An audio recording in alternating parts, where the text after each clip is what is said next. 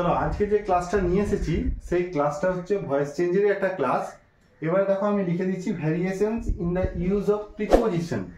তো এটা আর কি না, এটা আমি তোমাদেরকে একটু এক্সপ্লেন করে দিই যে ভয়েস চেঞ্জ যে সমস্ত ক্ষেত্রে আমরা করেছি বা আমরা করছি সেগুলোতে আমরা দেখি কি যে নর্মালি আমরা V3 ফর্মটা বসানোর পর একটা বাই লিখে তারপর আমরা অবজেক্টটা লিখি, তাই না? তো এই ক্ষেত্রে একটু এক্সেপশন। কেন? কারণ আমরা ফিক্সড প্রিপোজিশন বা অ্যাপ্রোপ্রিয়েট প্রিপোজিশনের কথা আমরা শুনেছি বা পড়েছি। যারা এই অ্যাপ্রোপ্রিয়েট প্রিপোজিশনটা ক্লাসটা পড়োনি তারা কিন্তু একটু অ্যাপ্রোপ্রিয়েট প্রিপোজিশনগুলো ইংরাজির ক্ষেত্রে ফ্রেজাল ভার্ব এই জিনিসগুলোকে কিন্তু একটু প্রত্যেক দিন একটু করে ঝালিয়ে নেবে। তাহলে কিন্তু তোমাদের কি হবে, তোমাদের সেন্টেন্স কনস্ট্রাকশনের ক্ষেত্রে এগুলো খুবই উপযোগী এবং এগুলোকে নিয়ে পরবর্তী ক্ষেত্রে আরও গ্রামাটিক্যাল পোর্শনের কাজ করতে তোমাদের সুবিধা হবে।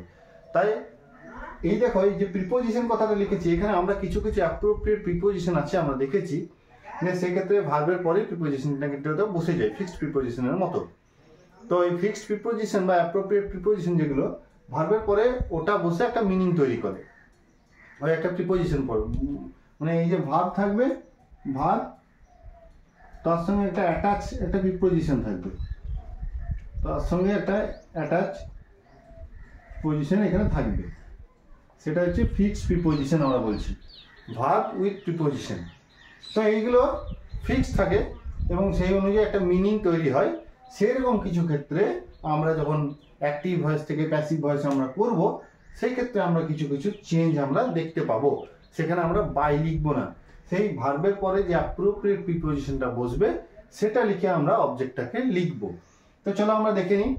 আর আরেকবার তোমাদেরকে বলছি যে যদি ভিডিওগুলো ভালো লাগে, যদি ভিডিওগুলো দেখে তোমাদের মনে হয় যে তোমরা কিছু শিখতে পারলে, তাহলে আমার চ্যানেলটার পাশে থেকো আর চ্যানেলটাকে লাইক শেয়ার আর সাবস্ক্রাইব করে দিও যাতে অন্যরাও দেখার এবং শেখার একটু সুযোগ পায়। তো চলো দেখে নিই।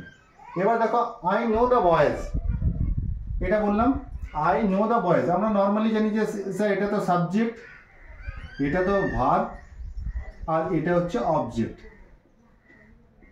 তাই তো? তাহলে এটা কি করে করব? এই দেখো নো আছে, এই ভার্বের সঙ্গে একটা ফিক্সড প্রিপোজিশন লেগে আমাদের একটা মিনিং তৈরি হবে। তাহলে আই নো দ্য বয়েজ, আমি ছেলেগুলোকে বা বালকগুলোকে জানি। কি করে করব দ্য বয়েজ? নর্মালি সব কিছুই যায় যেরকমভাবে করি সেরকমভাবে করবো, শুধু বাইরের জায়গায় প্রিপোজিশনের যে ফিক্সড প্রিপোজিশনটা সেটা বসাবো। তাহলে দ্য বয়েজ,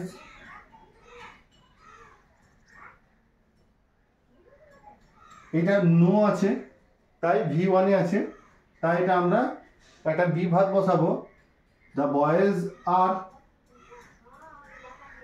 দ্য বয়েজ হয়েছে দ্য বয়েজ আর। এবারে কি হবে? নো আছে, এর এটা কি হয়?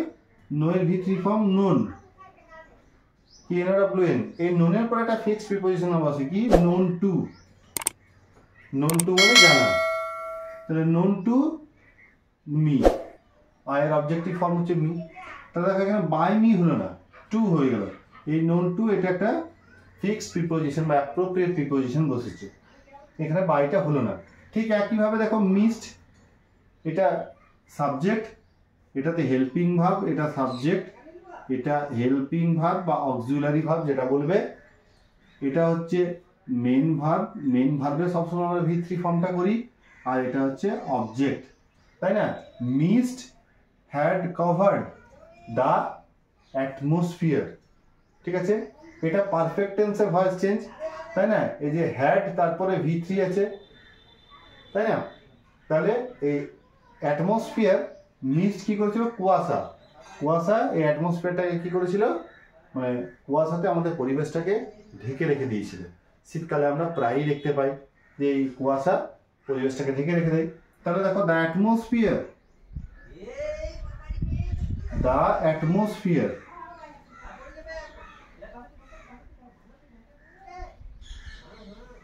The atmosphere. এবারে কি করব? এটা হ্যাড আছে, তাহলে প্রথমেই হেল্পিং ভার্বটা বসাবো, হ্যাড, পারফেক্ট টেন্স তাই একটা বিন যোগ হবে, had been, the atmosphere had been covered, এর V3 বসবে। কভার্ড এর পর একটা ফিক্সড প্রিপোজিশন বসে, কভার্ড উইথ, কভার্ড উইথ মানে হচ্ছে ঢেকে রাখা, বা আচ্ছাদিত করে রাখা ভালো বাংলা একটা বল। তাহলে কভার্ড উইথ কি মিস্ট, তাহলে the atmosphere had been covered with mist. আমরা জানি V3 ফর্মের ক্ষেত্রে যেটা থাকে হ্যাভ বা হ্যাজ বা হ্যাড, তারপরে একটা বিন যোগ হয়।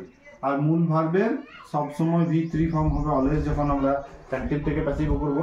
এবার এখানে একটা বাই যোগ হতো, সে বাইয়ের জায়গায় এখানে একটা উইথ যোগ হয়েছে, কভার্ডের সঙ্গে উইথ বসে একটা ফিক্সড প্রিপোজিশন, তার মানেটা হচ্ছে ঢেকে রাখা বা আচ্ছাদিত করে রাখা। কি দিয়ে? মিস্ট, মানে কুয়াশা দিয়ে। এবার চলো নেক্সট একটা করি। The news will surprise him. Surprise, অবাক করা, এর সঙ্গে একটা ফিক্সড প্রিপোজিশন বসে, সেটা হচ্ছে অ্যাট। তো দেখে নিই আমরা হিমটা কি হবে। হিমটা তো অবজেক্টিভ ফর্ম, সাবজেক্টিভ ফর্মে কি হবে? হি নিউজ উইল সারপ্রাইজ হিম, খবরটা তাকে অবাক করবে। তাহলে কি হবে? He will. আমরা এখনই একটু আগে আমরা বললাম যে এই প্রথমে কি হবে, হেল্পিং ভার্ব যেগুলো থাকবে বসে যাবে। তাহলে shall, will, may, might, can, could, এগুলো তো আবার মডেল অক্সিলারি, তাই না? তাহলে এদের সঙ্গে একটা বি যোগ হয়, তাহলে হি উইল বি, এটা যোগ হয়ে গেল। এবারে মূল verb surprise, V3, he will be surprised. সারপ্রাইজের পরে কি বসে? একটা ফিক্সড প্রিপোজিশন অ্যাট। তাহলে এটা ভার্ব, ভার্বের পরে একটা ফিক্সড প্রিপোজিশন বসে গেল, সারপ্রাইজড অ্যাট। অ্যাট মানে অবাক হবে কিসে? The news. তাহলে he will be surprised at the news. এখানে কিন্তু আর বাইটা বসবে না। এমনিতেও যে কেন স্যার, দেখো পাশাপাশি দুটো প্রিপোজিশন আমরা কিন্তু বসাতে পারছি না। At our by the news এটা হবে না। অ্যাট বাই দুটোই প্রিপোজিশন, এটা একটা যেহেতু ফিক্সড প্রিপোজিশন বসে মিনিংটাকে তৈরি করে দিচ্ছে, তাই আমরা বাই বসাচ্ছি না। দুটো প্রিপোজিশন এইভাবে পাশাপাশি আমরা বসাবো না। বুঝতে পারা গেল? তো যদি তোমরা এটা বুঝতে পেরেছো, তাহলে এই দুটো তোমাদের জন্য হোম টাস্ক রইল, তোমরা আমাকে করে কমেন্ট বক্সে জানাবে। His behaviour annoyed us are the news please them. His behaviour annoyed, annoyed মানে বিরক্ত করা, তাহলে তার ব্যবহার আমাদেরকে বিরক্ত করেছিল। দ্য নিউজ প্লিজ দেম, খবরটা তাদেরকে কি করেছিল? তাদেরকে খুব আনন্দ দিয়েছিল। তাহলে এই দুটো তোমাদের থাকলেও তোমরা এই দুটো হোম টাস্ক করবে যদি এগুলো বুঝতে পেরেছো। আমাকে কমেন্টস বক্সে কমেন্ট করে জানিও। আর আই নো দ্য বয়েজ, আমি আরেকবার বলে দিচ্ছি, প্রথমে অবজেক্টটা যেভাবে লিখি, সাবজেক্টে লিখলাম, তারপর প্লুরাল ফর্ম, এটা V1, এটা সিম্পল প্রেজেন্ট টেন্স আছে, তাই এখানে আর হলো বয়েজ আর। তারপরে কি হলো, এই বয়েজ যেহেতু তাই প্লুরাল ফর্ম, তাই আর হলো। তারপরে নোনের সঙ্গে একটা টু বসলো ফিক্সড প্রিপোজিশনের সাথে, তারপরে মিটা বসে গেল। এখানে কোনো বাই যোগ হলো না, কারণ টু একটা ফিক্সড প্রিপোজিশন বসেছে, তারপর বাই একটা প্রিপোজিশন আর যোগ করবো না। এখানেও তাই কভার্ড উইথ হয়েছে, এখানেও তাই সারপ্রাইজড অ্যাট হয়েছে।